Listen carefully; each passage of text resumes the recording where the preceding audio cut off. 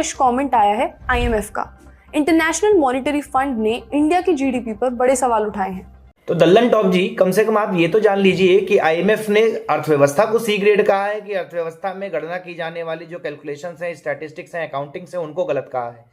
IMF ने अपनी पूरी रिपोर्ट में कहीं भी भारतीय अर्थव्यवस्था के बारे में ऐसे किसी भी शब्द का प्रयोग नहीं किया है। साथ ही उसने भारत सरकार की तारीफ भी की है कि भारत सरकार की साउंड इकोनॉमिक पॉलिसीज के चलते भारत आने वाले दशकों में भी बेहतरीन इकोनॉमिक परफॉर्मेंस करने वाला है। और साथ ही साथ जो रिसेंट रिफॉर्म्स हैं, चाहे वो लेबर रिफॉर्म्स हैं, चाहे इकोनॉमिक रिफॉर्म्स हैं, चाहे जीएसटी 2.0 रिफॉर्म्स रहे हों, ये सारे के सारे रिफॉर्म्स भारत को कंसोलिडेटेड वे में बेनिफिट करने वाले हैं।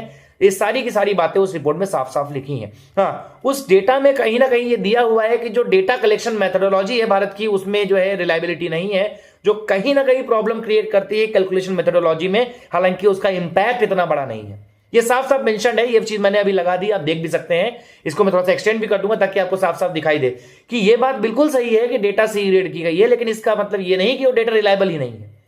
इसके पीछे का मैं कारण भी आपको बता दूं तो भारत में जीडीपी का जो डेटा लिया जाता है उसका बेस ईयर पुराना है, 2011-12 का बेस ईयर है। जो कमोडिटीज ली जा रही है उसमें कई कमोडिटीज आउट ऑफ डेट हो चुकी हैं, जिनका यूज भी अभी नहीं किया जाता है।